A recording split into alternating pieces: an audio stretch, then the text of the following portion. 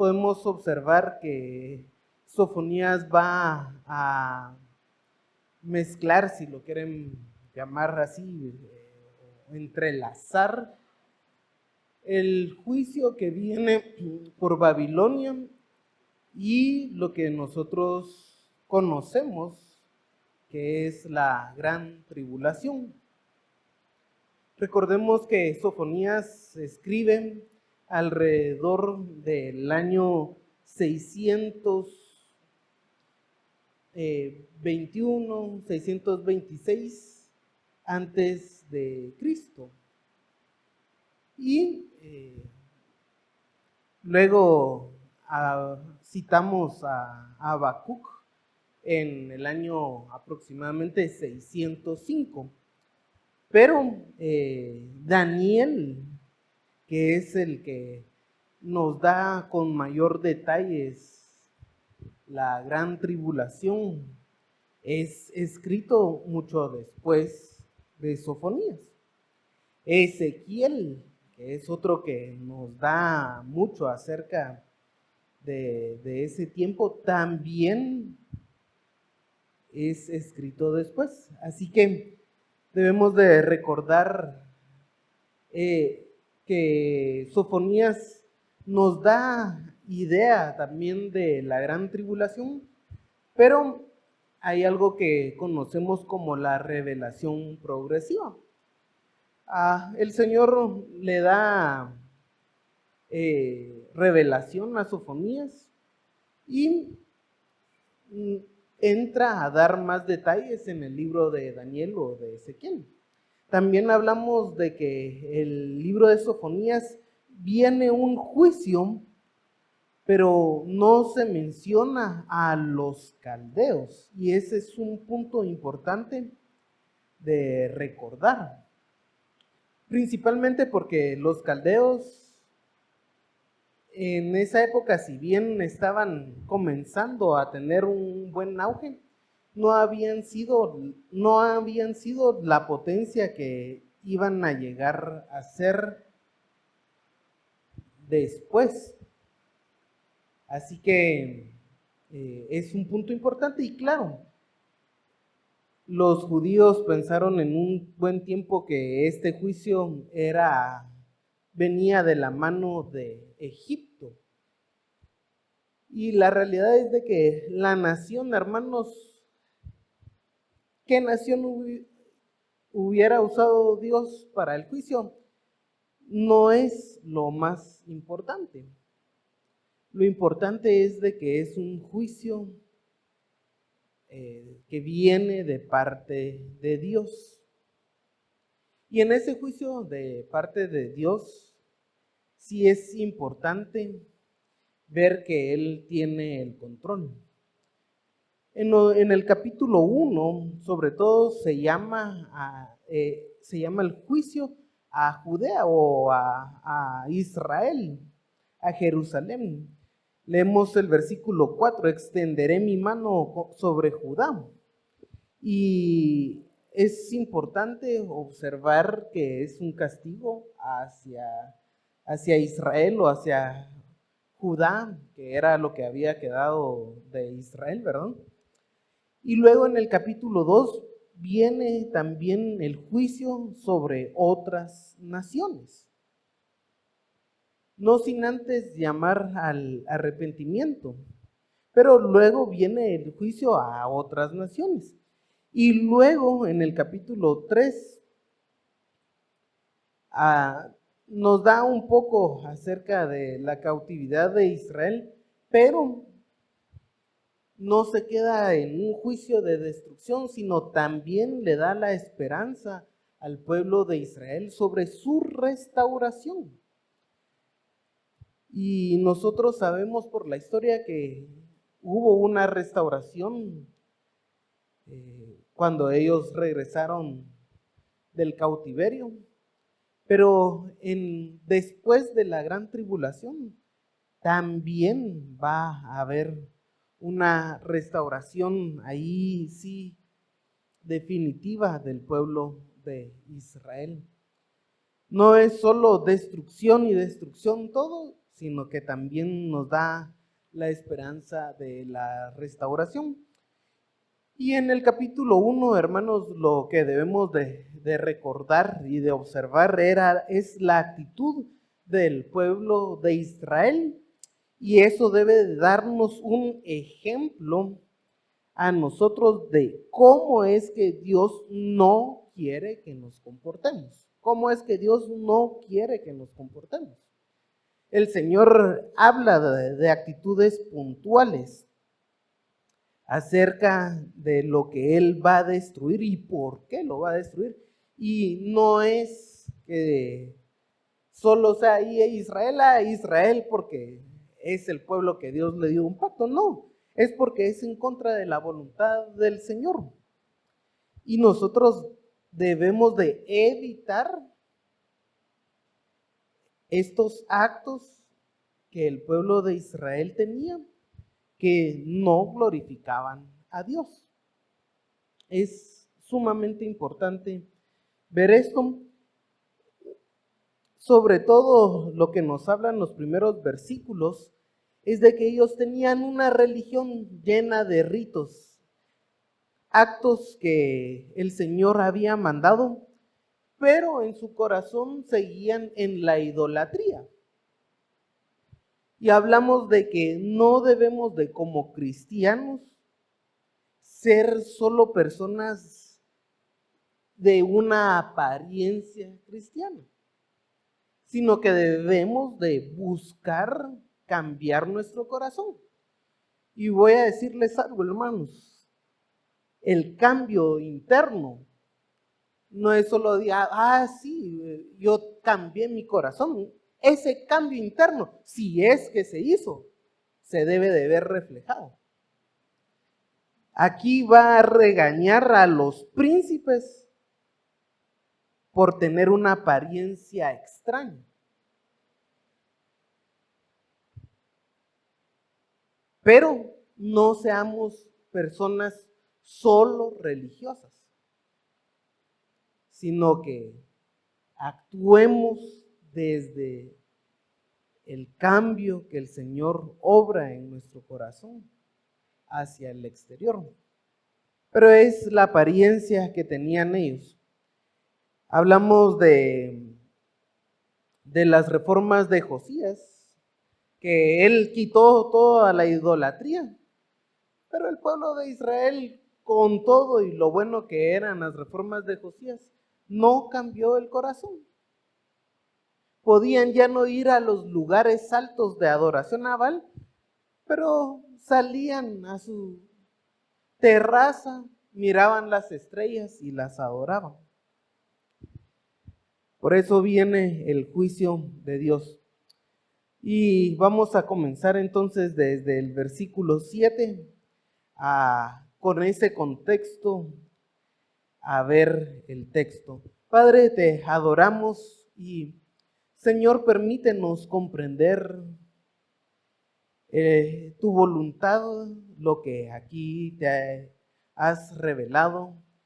Señor, que pueda penetrar a lo más profundo de nuestro ser, que cambie nuestra mentalidad, que cambie la forma en que juzgamos las cosas, la forma en que razonamos las cosas, que cambie nuestra voluntad, Señor, y que pueda dar fruto agradable hacia ti. Sabemos que nuestra naturaleza pecaminosa, Señor, se opone y nos impide este proceso, pero si tú, Señor, nos lo permites, nos concedes, lo podemos lograr, no por nuestra fuerza, sino por la dependencia que te tenemos. Porque tú eres el poderoso Dios, el todopoderoso. Sabemos que tú no nos obligas y nos has creado con una voluntad. Ayúdanos a inclinar esa voluntad para adorarte a ti. que lo que veamos no solo entre en un oído y salga por el otro, sino que quede en nuestra mente y que el mundo pueda verlo en nuestras acciones. Te alabamos, Señor, y pedimos esta bendición en el nombre de Jesús. Amén. Así que veamos el versículo 7, dice: calla en la presencia de Jehová, el Señor, porque el día de Jehová está cercano, porque Jehová ha preparado sacrificio y ha dispuesto a sus convidados. Todos deben de mantener silencio y someterse al juicio del Señor, a la voluntad del Señor, sin decir nada. Esperar el juicio en silencio es similar a lo que hemos visto en Habacuc 2:20. Callen en la presencia de Jehová, con un temor reverente, callar en la presencia de Dios, porque el día de Jehová está cercano. No podemos decir algo contrario al Señor, discutirle al Señor, sino mantener el silencio y someternos a la voluntad. Eso es lo que está diciendo Sofonías acá. Dice, porque Jehová ha preparado sacrificio, y el sacrificio, hermanos, es Judea. Dios ha dispuesto o ha separado, ha consagrado a las naciones, a sus convidados, dice, que son las naciones que van a destruir a Israel y van a devorarlo como un banquete. Ahí en Jeremías 10, versículo 25, dice: derrama tu enojo sobre los pueblos que no te conocen, sobre las naciones que no invocaron tu nombre, porque se comieron a Jacob, lo devoraron, le han consumido y han asolado su morada. Acá están las naciones que el Señor también va a derramar su ira contra las naciones.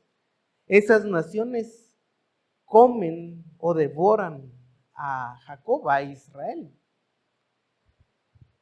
Pero es porque el Señor les está permitiendo a las naciones esto, la destrucción de Israel. Y dice: y en el día del sacrificio de Jehová castigaré a los príncipes y a los hijos del rey y a todos los que visten vestido extranjero. Veamos que acá tenemos cómo es que el Señor va a llevar a cabo su plan. En el versículo 8 dice: el día del sacrificio castigaré a los príncipes, aquellos que tenían un puesto político que no era el rey, sino que eran los que gobernaban diferentes posiciones o territorios. En este sentido, también a los hijos del rey. Y debemos de notar que no se menciona al rey, a los hijos del rey, hijos que en otras ocasiones hemos visto en la cronología del pueblo de Israel que eran personas impías, pero no se menciona al rey, y estábamos viendo que es el rey Josías. Observen cómo es que el Señor dirige su juicio y tiene misericordia, hermanos. Ahora, ¿por qué habla de los príncipes y de los hijos del rey? Todos estos visten vestido extranjero. Una de las cosas que ha pasado en el pueblo de Israel es de que ellos tenían una ordenanza de cómo deberían de vestirse. Ahí en Números 15, 38, o bueno, desde el 37 dice: y Jehová habló a Moisés diciendo: habla a los hijos de Israel y diles que se hagan franjas en bordes de sus vestidos por sus generaciones, y pongan cada una franja en los bordes un cordón azul.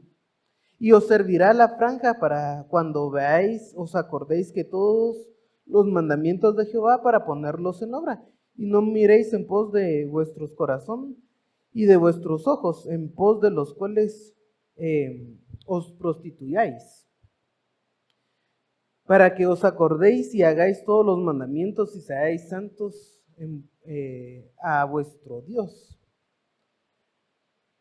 ¿Por qué les dice esto? Y la franja azul. Ustedes, yo espero que se recuerden de la bandera de Israel. La bandera de Israel tiene 2 franjas azules, y justamente nos habla esas 2 franjas azules de la identidad que debía de tener el pueblo de Israel. Ellos agarraron este mandamiento aquí en Números, y lo pusieron en su bandera como parte de su identidad. A los judíos, Dios les había mandado esa ordenanza.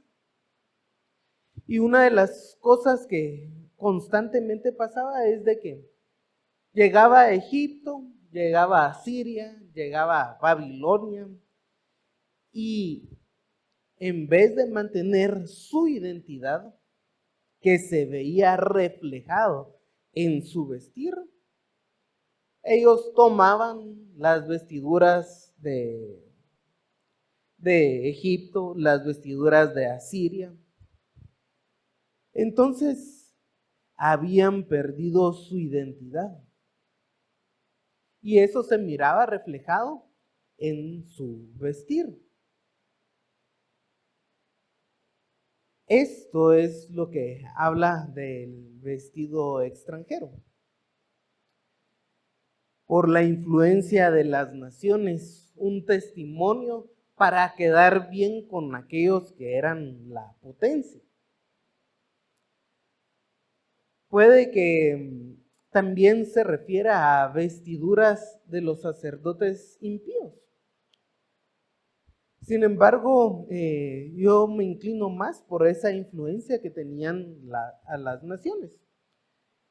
Y aquí, hermanos, debemos de contrastar lo que nos ha dicho el profeta anteriormente.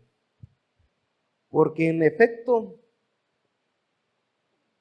en los primeros versículos nos hablan de que ellos tenían aspecto de que habían cambiado cuando no lo habían hecho. Y ahora nos está diciendo que aún el aspecto es diferente. ¿Por qué es esto? Porque el aspecto debe de ser coherente. Nuestras obras, lo que las personas ven de nosotros, debe de ser coherente con nuestra fe. No podemos decir: el Señor dice no robarás, y lo primero que hago es ser ladrón.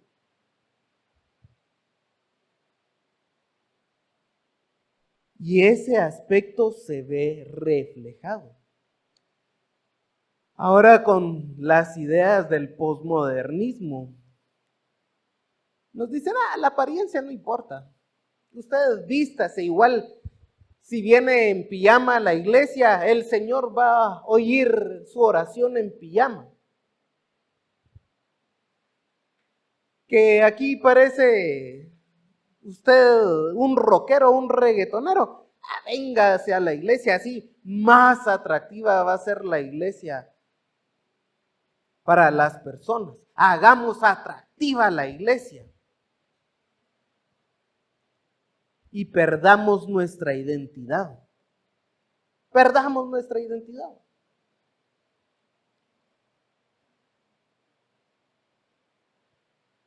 Si parece circo y todos están divertidos, qué alegre, ¿verdad? El circo. Y solo pongámosle ahí una palabra, Jesús al fondo, y ya tenemos un circo cristiano acá.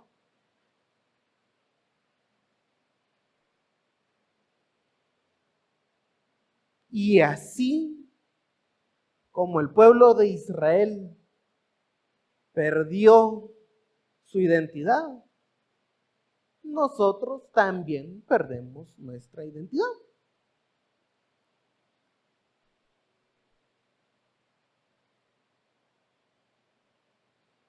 Y aquí debemos de preguntarnos si ¿qué es el aspecto cristiano?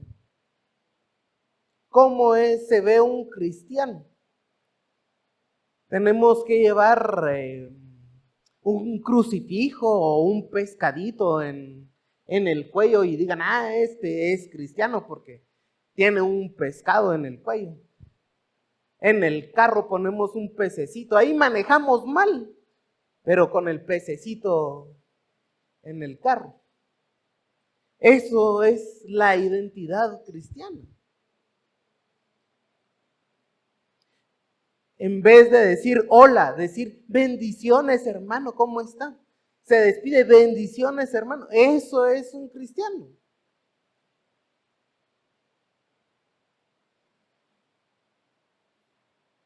Y hermanos, si usted quiere bendecir a una persona, dígale que el Señor le bendiga.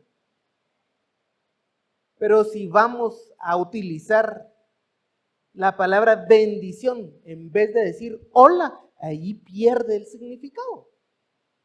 Pierde su significado y perdemos el significado.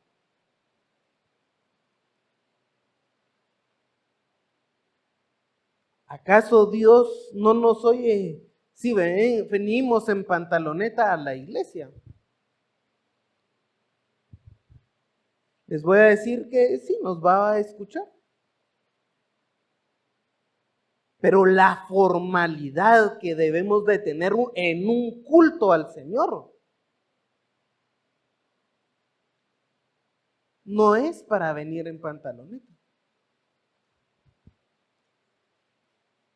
Nos acercamos a un culto al Señor, a adorar al Señor, al Rey de Reyes. Pero decimos, la apariencia no importa. No importa la música, todo es cultural. ¿Por qué no nos hacemos como los africanos y venimos en taparrabo a la iglesia y tocamos tambores y bailamos, no sé, en un círculo? Eso también da gloria al Señor. Perdemos nuestra identidad y voy a decir que aún en África así adoraban a sus dioses. Y cuando dicen, eso es cultural, pues cambien esa forma de adoración pagana en vez de adoptarla.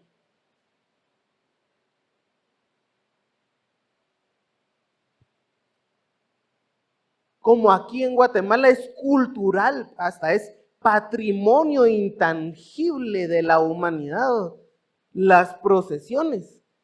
Entonces como iglesia evangélica, levantemos una cruz y la salgamos a pasearla, no sé, al parqueo. Porque eso es parte de nuestra cultura como guatemaltecos, hermanos. Y no es así. Eso es ser un cascarón. Pero también debemos de cuidar cómo venimos a la iglesia. Cómo hablamos. Dice, la apariencia no importa. Y usted es de las personas que acaso dice una palabra y 3 vulgaridades. Claro que a Dios le ofende eso. Entonces, sí, y aquí nos habla al pueblo de Israel. Ellos, como no les importaba a Dios, dejaron por un lado las apariencias. Lo externo también cambió. Cuando miramos 1 Corintios 11, ahí nos habla mucho acerca de el hábito, de las buenas costumbres de la iglesia. Y ahí no está dirigido al pueblo de Israel, hermanos. Ahí está dirigido a una iglesia como era Corintios. No vamos a ver ese pasaje, pues yo espero que ustedes todavía se recuerden, pero hay que cuidar también aspectos, no que digan, ay, ya, vine a la iglesia, no sé si ese hermano en Cristo me va a saltar acá.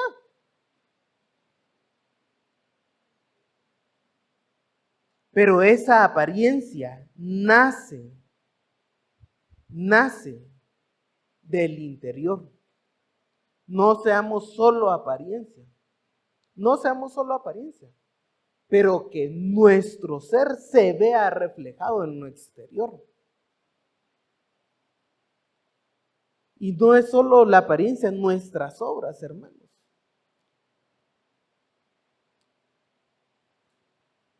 ¿Qué dice Santiago 2? Muéstrame tu fe sin tus obras, y yo te mostraré mi fe por mis obras. Voy a mostrar mi fe por las cosas que yo hago. Pero no son solo apariencias, sino mi interior sale al exterior.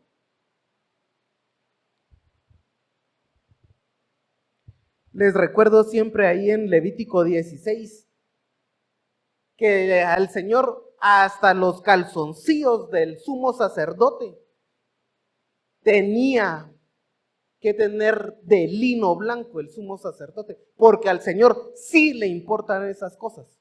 Y el pueblo de Israel ni miraban los calzoncillos del sumo sacerdote, pero el Señor sí lo hacía.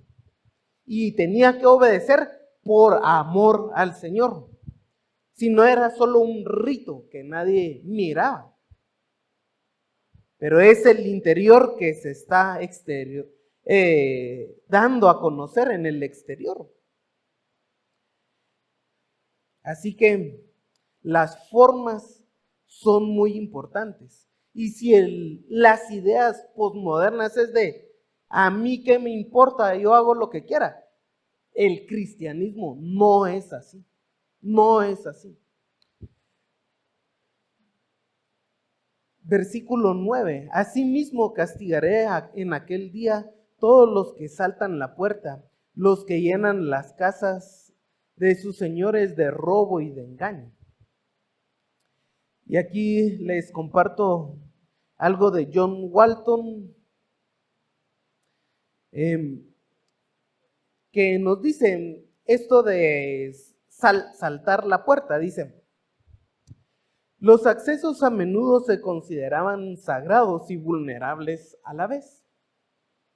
Las creencias supersticiosas probablemente afirmaban que pisar o saltar el umbral hacía que los demonios que acechaban en la entrada pudieran ingresar.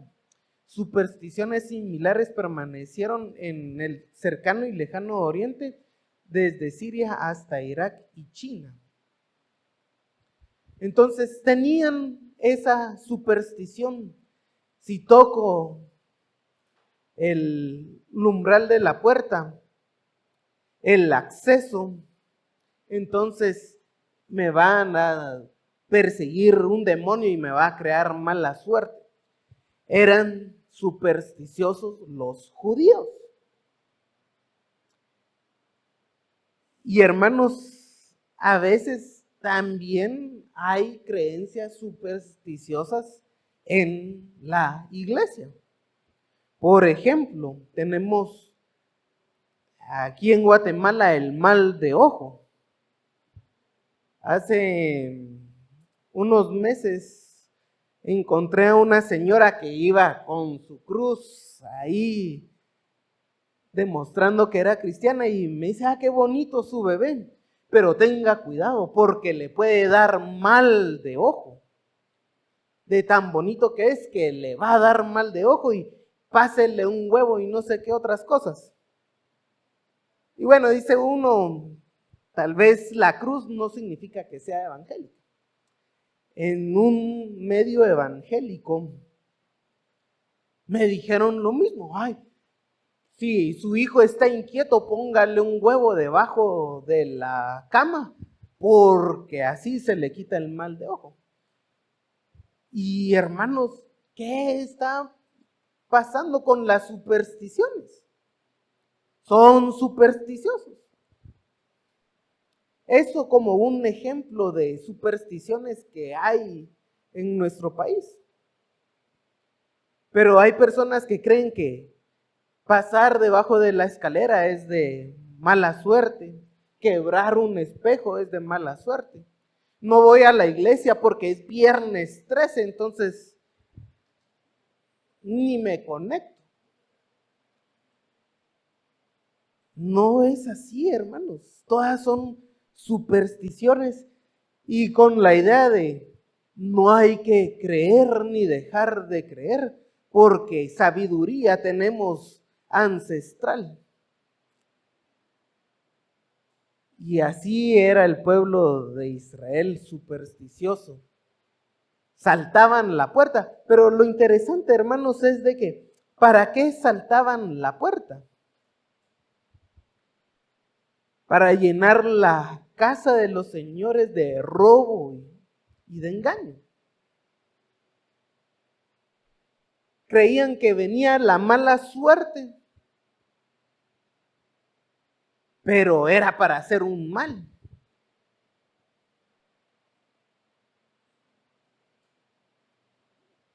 No le tenían miedo a que viniera algo de mala suerte, pero no temían que el Señor castigara el mal que ellos estaban haciendo. Porque la idea es de que tenían supersticiones para robar, supersticiones para engañar. Esa es la idea, ser supersticioso para hacer un mal en contra del Señor, en contra de la voluntad del Señor. Esa es la idea. Lo supersticioso ya es malo en sí, pero se cuidaban de la superstición para hacer algo peor. Y ese es el comportamiento de un pagano.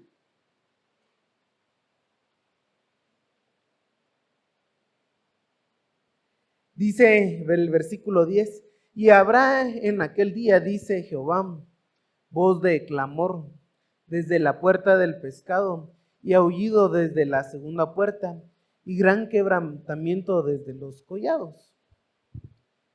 En general, el clamor aquí implica lamentación en todas partes. Va a ser escuchado la lamentación que viene en todas partes. La puerta del pescado, viendo Nehemías 3:3, parece que es la parte oriental de la muralla que rodeaba la parte baja de la ciudad. Es posible que se llamaba la puerta del pescado porque ahí entraba el comercio. Y la segunda puerta está junto a la colina de Acra, ahí en Segundo de Reyes 22:14. Y luego dice hasta los collados, hasta fuera de la ciudad. Si ustedes pudieran ver algo acerca de Jerusalén, podrían observar que ellos están en un valle rodeado de montes. Entonces es en todas partes va a haber un aullido, va a haber un clamor. Y esta palabra quebrantamiento o gran quebrantamiento habla de que es una fractura, una ruina.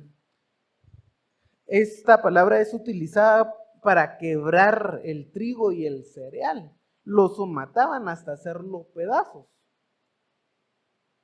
hasta despedazar el trigo y el cereal, y de la misma forma va a ser quebrado Jerusalén.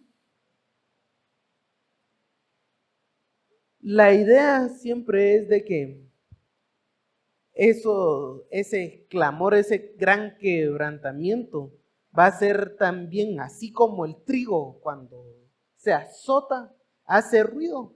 Así va a ser el ruido que van a hacer los edificios y las murallas de Jerusalén cuando caen. Van a ser quebradas. Y el estruendo de las edificaciones se va a escuchar. Versículo 11, aullad habitantes de Mactes, porque todo el pueblo mercader es destruido. Destruidos son todos los pueblos, son todos los que traían dinero.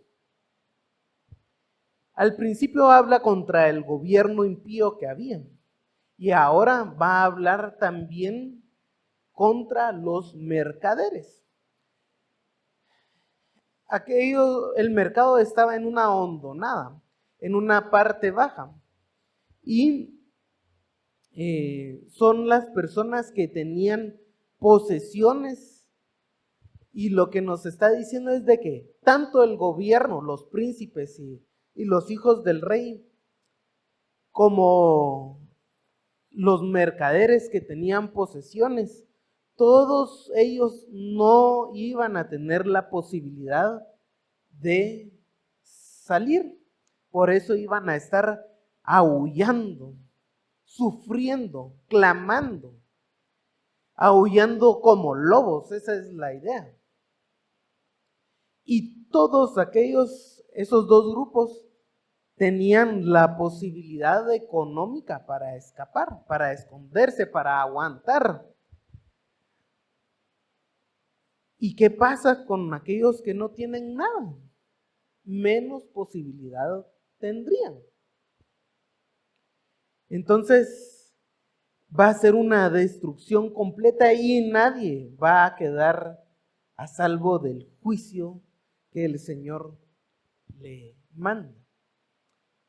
Acontecerá en aquel tiempo, versículo 12, que yo escudriñaré a Jerusalén con linterna y castigaré a los hombres que reposan tranquilos como el vino, asentados, los cuales dicen en su corazón, Jehová ni hará bien ni hará mal.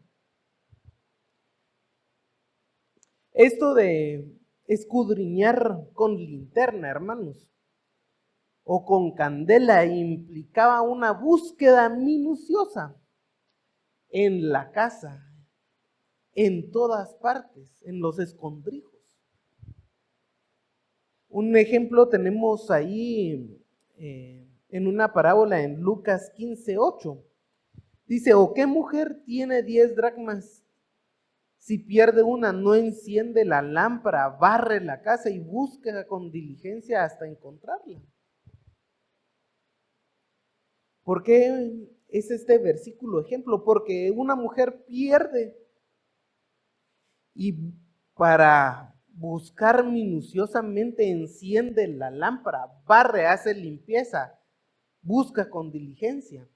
Así va a ser el Señor. Aquello que Josías no pudo por su reforma, el Señor lo va a hacer minuciosamente. Josías con su buena voluntad destruyó los lugares altos, pero no cambió el corazón del pueblo. El Señor va a observar minuciosamente a cada persona y dice, y castigaré a los hombres que reposan tranquilo como el vino asentado, los cuales dicen en su corazón, Jehová ni hará bien ni hará mal. Aquí hay hombres que desprecian a Dios. Son como el vino guardado, Y cuando guardaban bien el vino, no perdía ni su sabor ni su olor. Es decir, son personas extremadamente quietos, personas que no cambian. Y claro, ¿por qué no cambian estas personas? Porque dice Jehová ni hará bien ni hará mal. Dios no hace nada. Dios no se mete conmigo. Y claro, eso si es que son creyentes. Un ateo dice, Dios ni existe, ¿por qué me voy a mover por Dios? Un ateo dice eso. Dios ni existe. Pero acá hay personas que dicen que Jehová no hace ni bien ni hace mal. Por ello están calmados, ocupados en otras cosas. Dicen, pueden decir, al Señor no le importa lo que yo hago. Por eso puedo hacer lo que yo quiera. Eso es lo que dicen en su corazón. Y eso muestra una gran indiferencia del pueblo de Israel. Ahora bien, aplicándolo, hermanos, el creyente. ¿Qué dice el creyente? Hay personas que son creyentes y dicen, Dios ni hace bien ni hace mal. Tal vez no lo dicen, no lo expresan, pero la forma de vivir pareciera que eso es lo que están creyendo.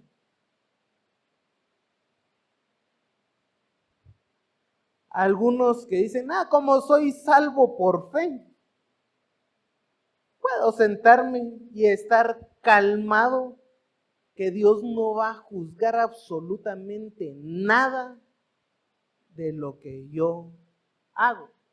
Soy salvo por la fe. Y voy a decir, hermanos, está bien que usted es salvo por la fe. Pero el hecho de que seamos salvos por la fe no implica que usted diga, Dios conmigo no se mete. Yo puedo hacer lo que yo quiera. El Señor a mí no me va a juzgar. Y voy a decirles eso, algo ahí, hermanos. Eso es un error. El Señor lo va a juzgar a usted. No lo va a condenar por la fe. Pero sí va a juzgar a todos. Hemos visto en 1 Corintios 3, aunque ya tal vez hace un poco más de un año, así que les recuerdo 1 Corintios 3 del 11 al 15. Porque nadie puede poner otro fundamento de aquel que está puesto por el cual es Jesucristo. Sobre este fundamento edificaré oro, plata, piedras preciosas, madera, heno, hojarasca. La obra de cada uno se hará manifiesta, porque aquel día la declararon, pues por el fuego será revelada la obra de cada uno, cual sea, el fuego la probará. Si permaneciera la obra de alguno que sobre edificó, recibirá recompensa. Si la obra de alguno se quemare, él sufrirá pérdida. Si bien él mismo será salvo así como por fuego. Entonces, ¿qué es lo que nos está diciendo Pablo? Dios no se va a meter con usted porque usted es salvo por la fe. Usted puede quedarse ahí bien sentado y decir, Dios no hace bien ni mal para mí. Yo puedo hacer lo que quiera. Eso es lo que está diciendo Pablo acá. La obra de cada uno, sea cual sea, el fuego la probará. Dios va a juzgar aún a los creyentes.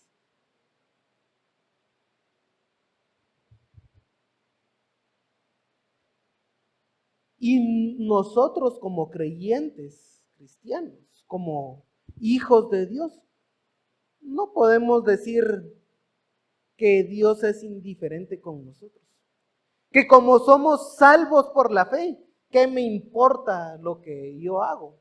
Puedo vivir como yo quiera. Eso no es lo que está diciendo acá. Si bien el mismo será salvo, aunque así como por fuera. Yo a veces, cuando miro la indiferencia en el cristianismo, entra mucha duda de cómo es posible que esta persona dice ser creyente y sea tan indiferente, tan indiferente.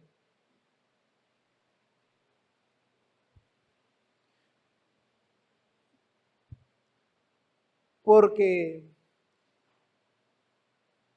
cuando yo miro la gracia que el Señor me tuvo a mí, yo no puedo responder diciendo, hoy me da pereza ir a la iglesia, no voy. De plano que va a haber mucho calor, mejor me quedo aquí en el carro con el aire acondicionado. La indiferencia del creyente.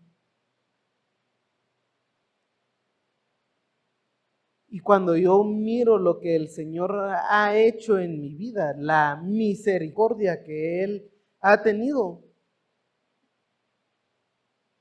¿cómo voy a contestar yo a esa gracia? Quedándome dormido. ¿Cómo, hermanos? Pero así a veces actuamos. Ahí en Corintios, en el capítulo 5, tenemos aquel hermano, y ese hermano en Cristo, que tenía una vida descontrolada en la sexualidad. Y ese hermano, otra vez, es hermano, pero es indiferente. Creo que como decía, como soy salvo por la gracia, puedo estar con mi madrastra. Que el mundo se escandalice, pero igual yo soy salvo. Y la realidad es de que lo que mandan es ponerlo en disciplina, una disciplina muy fuerte. Pero no hay que ser indiferente. Cuando miramos en la iglesia evangélica y decimos somos salvos por la fe y debemos de dar frutos visibles, servir al Señor, y miramos el porcentaje de personas que están sirviendo constantemente, a veces da la idea como que es indiferencia lo que hay en el corazón de las personas. Pero miremos el ejemplo de Cristo. Si ustedes pueden ir conmigo a Mateo 20, 28. Cuando no somos indiferentes, vamos a seguir el ejemplo de nuestro Señor Jesucristo. Por eso es de que somos cristianos. Y una de las cosas que nos dice desde el 25, el 20, Mateo 20, Jesús llamándolos le dijo, ¿sabéis que los gobernantes de las naciones se enseñorean de ellas y los que son grandes ejercen sobre ellas potestad? Mas entre vosotros no serás así, sino el que quiera hacerse grande debe de vosotros será vuestro servidor. El que quiera ser primero de entre vosotros será vuestro siervo. Como el Hijo del Hombre vino para ser servido. Ahí dice eso, ¿verdad? El Hijo del Hombre, el Señor Jesucristo, vino para ser servido. Por eso es de que nosotros como cristianos decimos que me sirvan a mí. Igual Dios no va a hacer nada. Yo estoy feliz en la comodidad de mi casa, esperando que los demás hermanos en Cristo me sirvan, porque el Señor vino para ser servido. Leemos bien claro ahí, vino para ser servido. ¿O no dice eso la Biblia? ¿Dice eso o no dice eso la Biblia? ¿Qué ejemplo estamos siguiendo? El de Jesucristo. El Hijo del Hombre no vino para ser servido, sino para servir. No vino para ser servido. Y nosotros como cristianos, o somos indiferentes a lo que el Señor nos está diciendo, o actuemos como cristianos y no seamos indiferentes. Tenemos el ejemplo del Señor Jesucristo. Él nos va a juzgar en el tribunal de Cristo. Va a pasar nuestras obras, aquellas que sean como cascarón, heno, madera, hojarasca, aquello que hacemos en nuestra propia fuerza, eso va a ser quemado. Lo que está hecho con oro, plata y piedras preciosas para la gloria del Señor, eso va a ser aún más precioso. Pero el Señor sí juzga. Hermanos, no hay que ser indiferentes. Por tanto, toda esa diferencia, esa comodidad que tenían los mercaderes, serán saqueados sus bienes y sus casas asoladas, edificarán casas, mas no las habitarán, y plantarán viñas, mas no beberán el vino de ellas. No les va a dar tiempo para gozar sus bienes. Están trabajando sin sentido, construyendo casas para dejarlas vacías. La vida sin Dios como prioridad, hermanos, es un sinsentido. Las personas tratan de llenar con cualquier cosa el llamado que Dios hace. En vez de prestarle atención a que Dios los está llamando, decimos, vamos a trabajar. Yo me siento mal de no ir a la iglesia, pero me voy a ir a trabajar los domingos. Si el Señor lo está llamando a la iglesia, pero es que cabal domingo en la mañana está el partido, hermano, no puedo dejar de ver el partido. Solo hay 38 partidos al año. Y así son.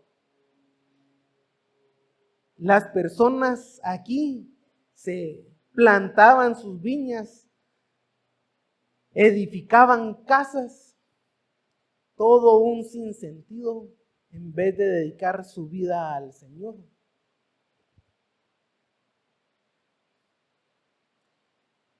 Y como tenían posesiones, como llenaban o trataban de llenar el vacío que el Señor deja en la vida de cada creyente con otras cosas, no les importaba. Dios no hace ni bien ni mal.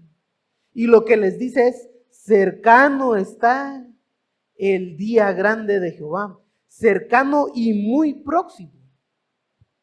Versículo 14, es amarga la voz del día de Jehová, gritará allí el valiente.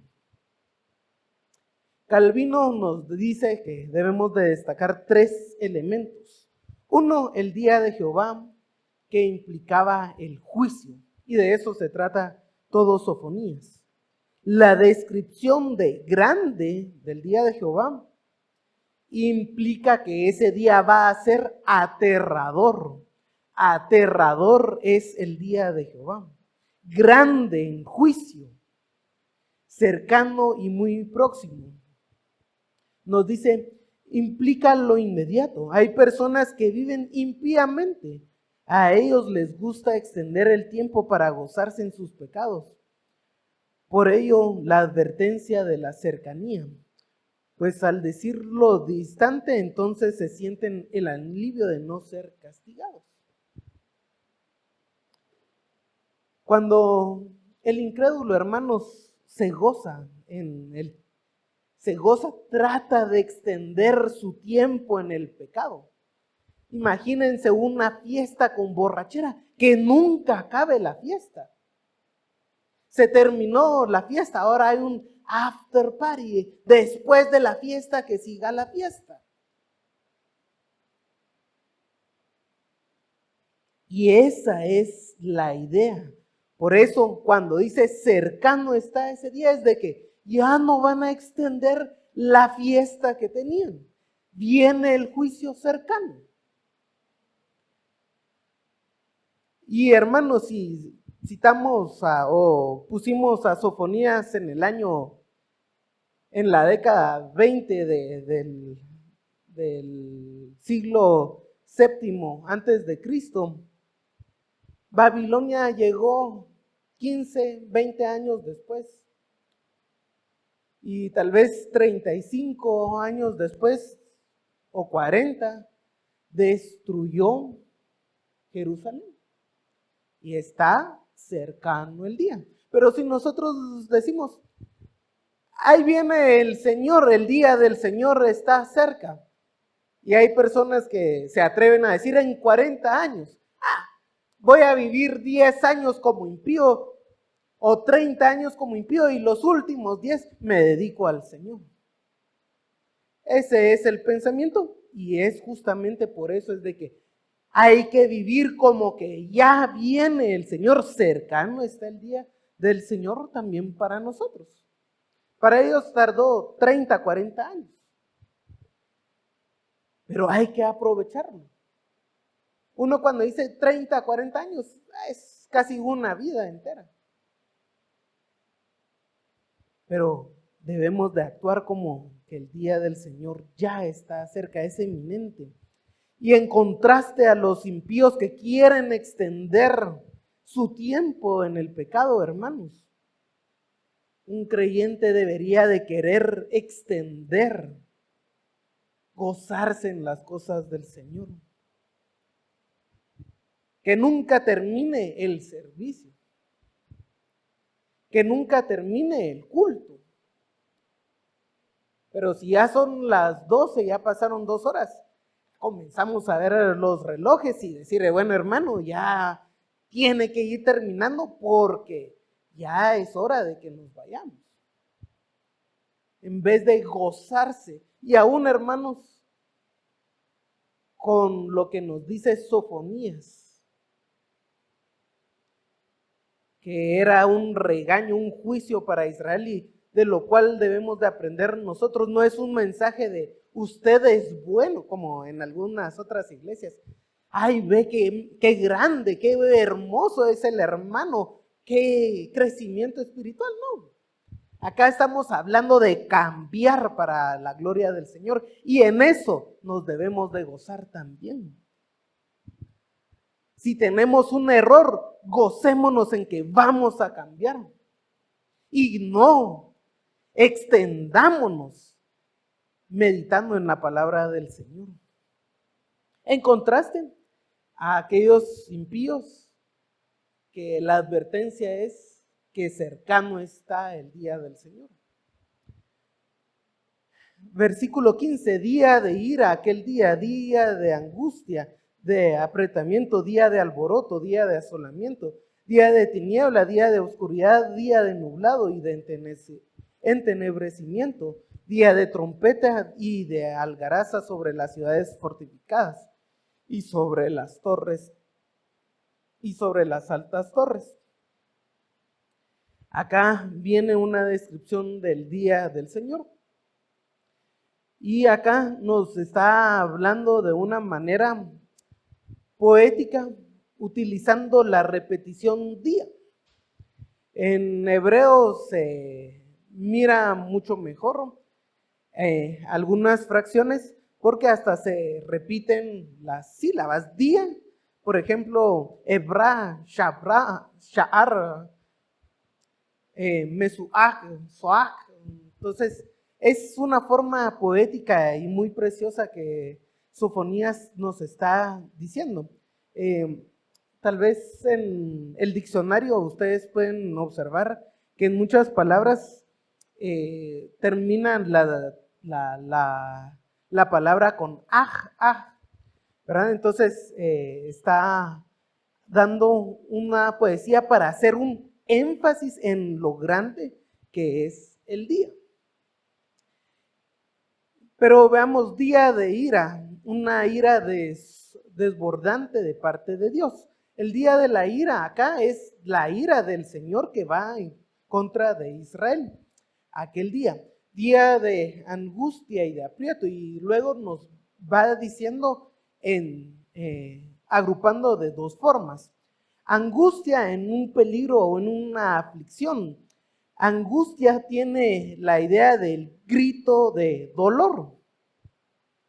Aprieto, una tribulación o adversidad física, mental, económica, que muchas veces va acompañada por el grito. Aprieto y angustia nos habla del sentimiento que el pueblo de Israel va a tener. Va a estar angustiado, apretado, como que no tiene escapatoria. Una aflicción interna. Alboroto y asolamiento. Alborota es la tormenta o la desgracia. A veces tal vez podemos imaginarnos un huracán y cómo deja el huracán las cosas desordenadas, alborotadas. Asolamiento, desolación. Y acá está hablando esta palabra que es muy relacionada con los desiertos. Al alboroto y asolamiento está diciendo que va a estar desordenado y como un desierto la tierra de Israel por el día del Señor, por la ira del Señor. Así va a quedar. Tiniebla y oscuridad, ambos significan oscuridad. La palabra Josec aquí en tiniebla va mucho orientado a la noche oscura. Y aunque también se utiliza apelaja para esa oscuridad, la otra palabra también es muy utilizada para hablar de una oscuridad mental. Es decir, cuando no miramos la luz, esa es una aflicción y nos habla de la oscuridad. Nublado, una nube de humo, que puede ser de humo como en Ezequiel 8, que puede obstaculizar la vista, y entenebrecimiento, que también es una nube ya producida por polvo, por gases y otras partículas. Creo que este entenebrecimiento nos habla del polvo que va a producir la destrucción, que va a parecer oscuro la ciudad. No se va a poder ver el sol a simple vista, sino que las partículas de la destrucción van a dejar como ciegos a los israelitas. El versículo 16, día de trompeta y de algaraza sobre las ciudades fortificadas. El día que sonarán las trompetas y se escucharán los gritos como señal de catástrofe sobre las ciudades y sobre las torres altas. Las fortificaciones, hermanos, y las torres brindaban en aquel entonces seguridad. Y lo que nos está diciendo el profeta es de que van a brindar una falsa seguridad. Una falsa seguridad, pues aún con la altura y la fuerza de la fortificación, estas no sirven para nada para ir contra Dios. En esta fracción, en gran parte nos va a citar Deuteronomio 28:52. Deuteronomio 28 va a estar siendo muy citado en esta fracción, pero en el 52 nos dicen: pondrás sitio a todas las ciudades hasta que caigan tus muros altos y fortificados en que tú confías. Y en tu tierra se sitiará pues todas tus ciudades y toda la tierra de Jehová que Dios te hubiere dado. Ahí tenemos el castigo de Dios en Deuteronomio, la promesa del castigo de Dios en Deuteronomio 28 porque Israel iba a desobedecer. Ahora bien, dice el versículo 17, atribularé a los hombres y andarán como ciegos porque pecaron contra Jehová. Otra vez el Deuteronomio 28, 29 en este caso. Jehová te herirá con locura, ceguera y turbación de espíritu. Palparás a mediodía como palpa el ciego en la oscuridad, y no serás prosperado en tus caminos, y no serás sino oprobio y robado en todos los días, y no habrá quien te salve. Por eso es cuando hablamos de la destrucción, del entenebrecimiento, que nos dice Deuteronomio, que andarán como ciegos por la destrucción, como alguien que está viendo el día. Ahora al mediodía usted puede salir y ver la luz del sol, pero aquellos van a tratar de palpar como un ciego, porque no van a poder ver nada de la destrucción que el Señor les va a mandar. Y la sangre de ellos será derramada como polvo y su carne como estiércol. Esta frase dice que la vida no va a tener ningún valor va a tener la vida. La sangre va a ser derramada y va a ser como el polvo, pisoteada al andar. La sangre, el símbolo de la vida de ellos, pareciera que no va a tener valor. En Habacuc leímos que justamente eso es una de las cosas por la cual Dios iba a castigar a Babilonia. Pero va a haber tanta sangre tirada por todas partes que los ejércitos van a estar pisoteando la sangre. Y la carne va a ser como estiércol. Los cuerpos amontonados se iban a pudrir como el excremento de los animales en la tierra. Eso es lo que el Señor les va a mandar. Van a amontonar el cuerpo en vez de enterrarlo o darle, como decimos nosotros, santa sepultura. Los cuerpos van a ser montañas de cuerpos y se van a pudrir como lo hace el estiércol de los animales. Termina diciendo, versículo 18, ni su plata ni su oro podrá librarlos en el día de la ira de Jehová, pues toda la ira, toda la tierra será consumida en el fuego y de su celo, porque ciertamente destrucción apresurada hará de todos los habitantes de la tierra. Tanto los príncipes como los mercaderes, todos confiaban en sus posesiones, en la plata, en el oro. Y cuando observamos el capítulo 1, nos dice que confiaban también en las estrellas, confiaban en los vínculos políticos, en la riqueza, en las fortificaciones. Por eso habla de las torres altas. Y todo eso no los va a librar de la ira del Señor. Israel cometió ese error, confiar en las cosas, hermanos. Y muchas veces como creyentes copiamos ese error del pueblo de Israel. Copiamos ese error confiando en nuestras cosas. No le damos la gloria a Dios, toda la gloria a Dios. Creemos que nuestra educación nos va a poner en un buen puesto de trabajo, que nuestro negocio nos va a dar sostén. todas esas cosas no son lo que nos da el sostenimiento de cada día, sino es Dios. Y Dios, hermanos, utiliza el trabajo para darnos sostén, pero no confiemos en el trabajo, sino démosle la gloria únicamente a Dios.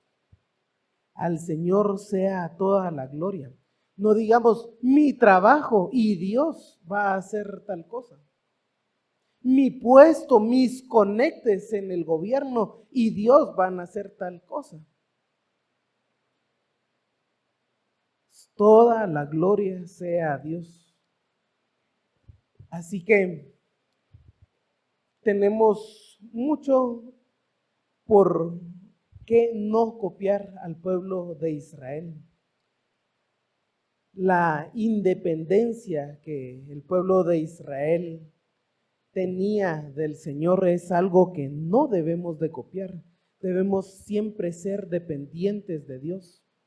La indiferencia que el pueblo de Israel tenía de Dios, no debemos de ser indiferentes y debemos de saber que el Señor viene y debemos de actuar como que ya está pronta la venida del Señor.